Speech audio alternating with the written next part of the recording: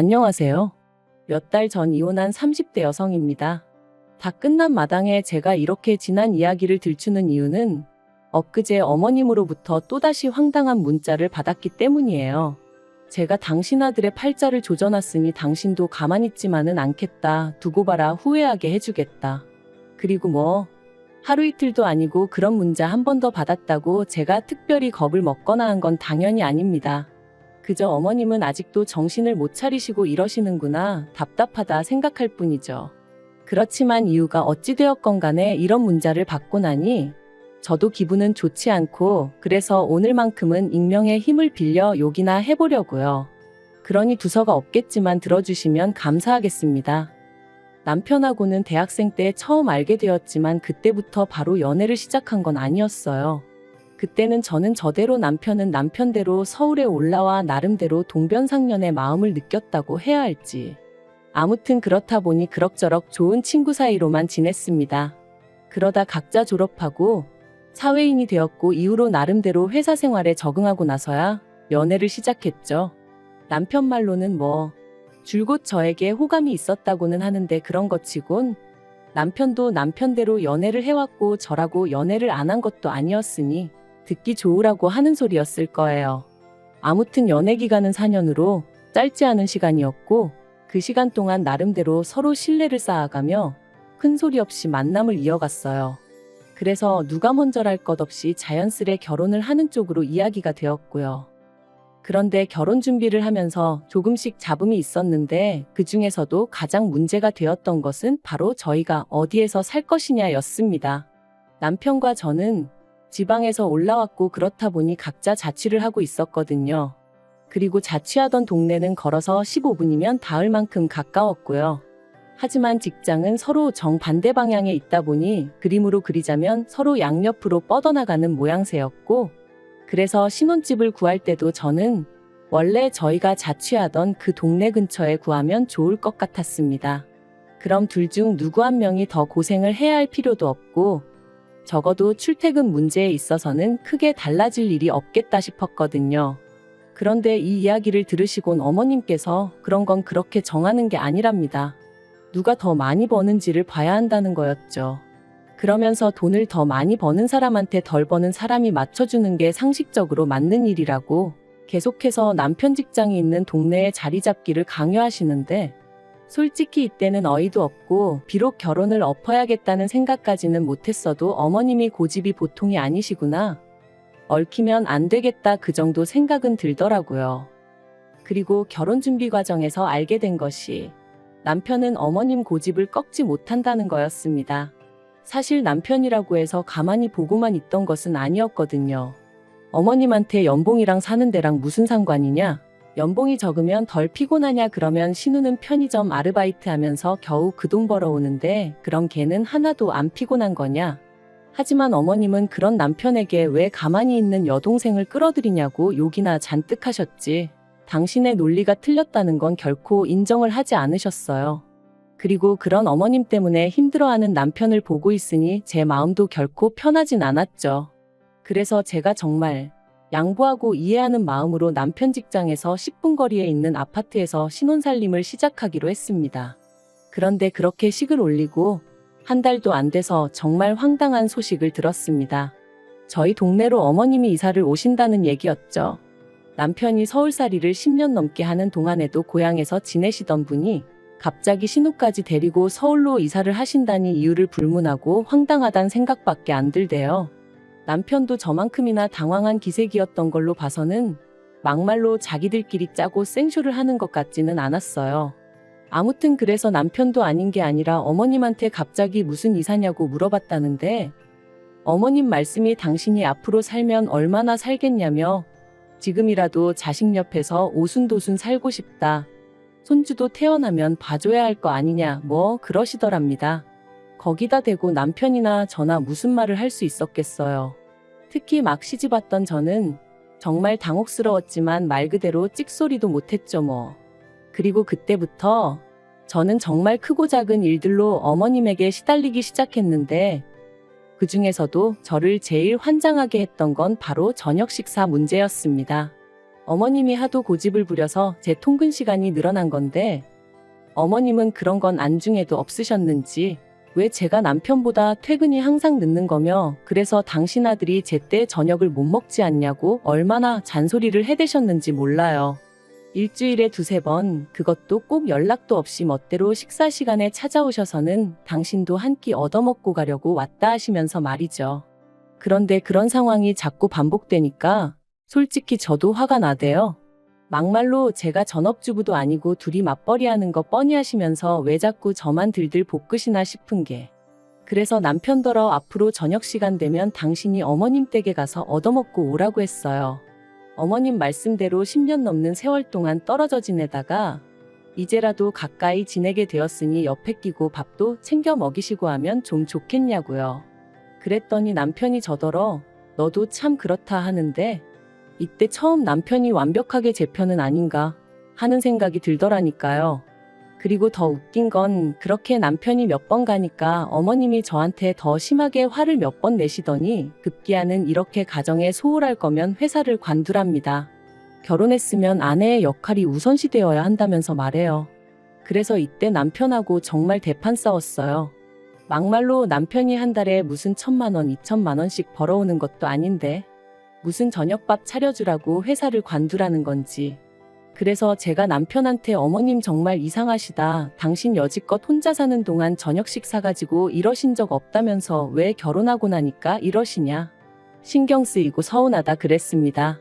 그랬더니 남편은 남편대로 아무리 그래도 그렇지 자기한테 어머님 뒷담화를 하냐면서 제 편은 안 들고 어머님만 감싸고 들었거든요. 그러니 안 싸울 수가 있었겠냔 말이죠. 그래도 이 싸움 덕분에 이후로 남편 저녁 식사 문제는 제 손을 떠났습니다.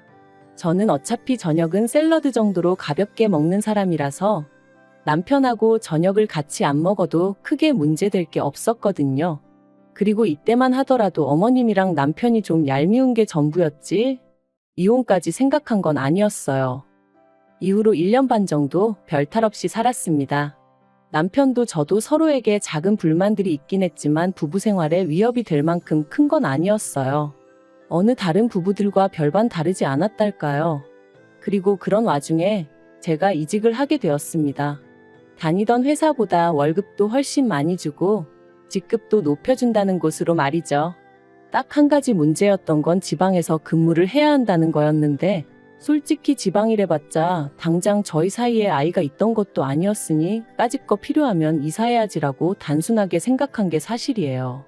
그런데 이 얘기를 들으신 어머님께서 어떻게 남편 직장이 서울인데 아내 직장이 지방이라고 그쪽으로 이사를 하냐 하시대요. 그래서 어머님이 저희 결혼할 때 연봉 높은 사람한테 맞춰주는 게 상식이라고 하시지 않으셨냐? 이제 제가 남편보다 연봉이 무려 2,500이나 높아졌다 그러면 당연히 저한테 맞춰줘야 하는 거 아니냐 했어요. 그런데 어머님이 그건 경우가 다르답니다. 어쨌든 저는 아내니까 아내가 남편에게 맞춰주는 게 맞는 거라나요? 황당했지만 솔직히 어머님이 이런 식으로 나오실 거라고 예상을 못한 건 아니었어요. 그래서 그냥 어이가 없어서 웃었습니다. 그리고는 그럼 뭐 어쩔 수 없지 않냐고 주말부부 해야겠다고 했더니 저더러 제정신이냐셨죠. 하지만 결국 상황은 제 말대로 흘러갔어요.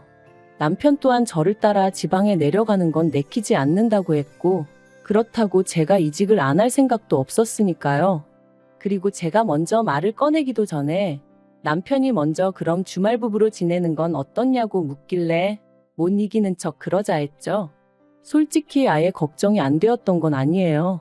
하지만 막상 주말부부로 지내보니까 생각만큼 나쁘지는 않더라고요. 일주일에 하루 이틀밖에 못 보니까 다투는 시간도 아깝게 느껴졌고 그래서 서로 더 배려하고 상냥하게 대해주게 되었으니 오히려 연애 때로 돌아간 기분까지 들더라니까요. 하지만 제3자나 마찬가지인 어머님께서 말 그대로 난리를 치셨습니다. 처음에는 생활비를 이유로 잔소리를 하셨어요. 멀쩡한 집을 놔두고 왜 새 살림을 차리냐면서 이러면 생활비도 2배로 들고 그래서 돈은 언제 모으느냐고요. 하지만 막말로 당신이 하는 말이씨가 안 먹힌다 싶으셨는지 결국 진짜 속내를 드러내셨습니다. 남자 혼자 일하고 살림하고 어떻게 그러고 사냐면서 저더러 요새는 KTX 니머니에서 다니는 열차도 많고 환승도 잘 되어 있다는데 조금만 부지런 떨고 왔다 갔다 하면 되는 걸 지난 편을 호랩이 만들었다고 타박을 하셨거든요. 하지만 어머님 말씀대로면 KTX로만 왕복 4시간이고 그걸 타러 왔다 갔다 하는 시간까지 더하면 하루에 거진 6시간을 통근에 써야 하는데 그게 정말 부지런 떤다고 될 일인가요? 그래서 제가 웃으면서 그러면 남편이 저랑 내려가서 지내면서 그렇게 출퇴근하면 되겠네요 했어요. 그랬더니 어머님도 할 말이 없으셨는지 또 얼마 지나지 않아서는 기껏 하신다는 말씀이 저러다 남편이 바람이라도 나면 어쩔 거냐입니다. 그리고 그때 가서 당신 아들 욕하면 당신이 가만히 있지 않을 거래요. 왜냐면 잘난 남편을 그렇게 방치해뒀으니 그런 일이 생기는 게 당연한 거라나요? 그래서 제가 어이가 없어서 가정교육 똑바로 받고 정신머리 똑바로 박힌 남자면 그런 일은 없을 거다 했어요. 그랬더니 너 지금 가정교육이라고 했냐면서 어머님이 또 화를 내시는데 이건 뭐 도둑이 재발절인 것도 아니고 아무튼 엉망도 그런 엉망이 없었습니다. 하지만 이때까지도 역시 이혼 생각은 안 했어요. 어머님이 말도 안 되는 말씀을 하시면 저도 지지 않고 한마디씩 받아치고 그런 과정이 스트레스의 연속이긴 했지만 서로 다른 사람들이 만나서 가족이 되었으니 이 또한 맞춰가는 과정이다 생각하고 어떻게든 그러려니 하고 넘기려고 했었죠. 하지만 역시나 사람 일이라는 게 저 혼자 노력한다고 해결되는 게 아니더군요. 결국 어머님은 말 그대로 선을 넘으셨고 남편은 그래도 팔은 안으로 굽는다더니 그런 어머님 편을 드느라 제 입장 따윈 안중에도 없었어요. 그래서 제가 이혼을 결심하게 된 거고요. 사건의 발단은 이랬습니다. 어느덧 남편도 저도 주말부부 생활에 익숙해져 가던 올해 초 남편이 교통사고를 당했다며 연락을 해왔어요. 다행히 어디 크게 다친 건 아니었지만 그래도 병원에서 한 일주일 정도는 입원을 하는 편이 좋겠다고 안내를 받았다면서 말이죠. 그래서 저는 그래도 어디 안 부러진 게 어디냐고 다행이다고 했고 남편도 자기도 10년 감수했다며 이참에 휴가 받았다 생각하고 쉴 생각이라 했습니다. 그런데 어머님께선 이런 와중에 아내인 제가 올라와 있지 않는다며 크게 화를 내셨어요. 그래서 제가 어머님께 제 사정을 설명했습니다. 회사 일도 많고 자리 이동에 관해서 말이 많기 때문에 최대한 눈에 띄는 행동은 안 하려고 조심하는 중이다. 그러니 이해 좀 해달라고 말이죠. 하지만 어머님께선 제 말은 귓등으로도 듣지 않으시는 눈치였어요. 아내가 돼서는 남편이 제일이지 돈에 환장을 했냐. 그런데 아무리 어머님이 뭐라고 말씀을 하셔도 제가 눈도 깜빡 안 했더니 그게 그렇게 심통이 나셨던 걸까요? 급기야 어머님이 저희 회사에 전화를 하셨습니다. 그리고는 전화 받은 직원에게 제 이름을 말하며 회사 생활은 어떻게 하는지 몰라도 아주 싸가지가 바가지다. 지 남편도 안중에도 없는 매정한 X이다. 사장한테 말해서 회사에서 잘라달라 그래야 지 본분에 충실해질 것 같다. 그런 말씀을 하셨다대요. 전화를 받은 직원은 다행히도 저와 평소에 관계가 좋은 편이었고 그렇기에 이런 내용이 사장 귀에까지 들어가는 참사는 일어나지 않았습니다만 그래도 어쨌든 저는 치부를 들킨 듯하여 한마디로 얼굴을 들 수가 없었습니다. 아무리 그래도 그렇지 며느리 얼굴에 이런 식으로 똥칠을 하실 수 있나 싶은 게 그래서 남편에게 바로 다시 전화를 걸었어요. 그리곤 어머님이 하신 만행을 낱낱이 얘기했거든요. 그런데 남편이 보인 반응이 그러니까 평소에 어머님이 말씀하시면 듣는 척이라도 했어야지 툭하면 죄다 제 고집대로 하니 어머님도 얼마나 약이 오르셨겠냐입니다. 그러면서 이번만큼은 제가 실수한 거라고 단 며칠이라도 출퇴근이라도 여기서 했으면 어머님이 그렇게까지 화는 내지 않으셨을 거라는데 미쳤구나 싶대요. 그래서 진심이냐니까 진심이랍니다. 그리고는 자기가 죄인이래요. 자기 할도리도 다 못하는 며느리를 보게 해서는 괜히 나이 드신 어머님 마음고생, 몸고생하게 만들었다면서 말이죠. 그리고 이때 저는 정말 망치로 머리를 세게 한 대 얻어맞은 기분이었습니다. 남편이 그동안 어머님을 그런 식으로 보고 있었다는 것도 저를 모자란 며느리감이라고 생각하고 있었다는 것도 전부 다 너무 충격적이었거든요. 그리고 이 대화를 계기로 결국 저는 이혼 이야기를 꺼냈습니다. 나는 그래도 열심히 한다고 했는데 당신이나 어머님은 매번 불만 불평뿐이고 이제 지겨워서 더는 못 들어주겠으니 당신이랑 어머님이 서로서로 손과 발이 되어 살면 되지 않겠냐. 불청객은 빠져주겠다 했죠. 그리고 남편은 이런 제 이야기를 듣고는 처음엔 말도 안 되네 어쩌네 해대더니 얼마 안가 그러자 하더군요. 어차피 주말 부부로 지내는 한 사이가 회복되긴 어려울 것 같다면서 말이에요. 그리고 저는 이게 남편이 꼭 저를 겁주는 것처럼 들렸어요. 이혼하기 싫으면 회사 때려쳐. 우리 엄마 말 좀 잘 들어 뭐 이런 식으로요. 그래서 더더욱 남편이 싫어졌고 이혼의 확신을 갖게 되었죠. 결혼 기간도 짧고 아이도 없어서 이혼을 결심하고 나니 나머지 일은 정말 빠르게 진행되었습니다. 집 정리하고 남편은 어머님하고 신우가 사는 집으로 들어갔고 저는 뭐 크게 달라진 건 없었네요. 아, 그런데 웃긴 건 이혼 이후로 걸핏하면 어머님한테 연락이 와요. 하루는 잘 생각해보라 구관이 명관이다 뭐 그런 말씀을 하시기도 하고 또 하루는 너 하나 때문에 내 아들 인생도 내 인생도 다 꼬였다. 전부 다 물어내라 그런 말씀도 하시고 솔직히 보고 있으면 웃겨요. 도대체 며느리란 존재를 뭐로 생각하셨던 걸까 싶어서 말이죠. 옆에 끼고 아무 때나 부려먹을 수 있는 하녀? 아니면 뭐 어머님 대신 어머님 아들 어르고 걷어먹일 유모? 뭐 그 정도로 생각하신 건 아니었는지. 아무튼 언제가 됐든 신우가 시집가면 신우는 꼭 어머님 뜻대로 살길 바라려고요. 저는 이대로가 좋아서 제 방식대로 잘 살 테니 걱정 안 하셔도 됩니다.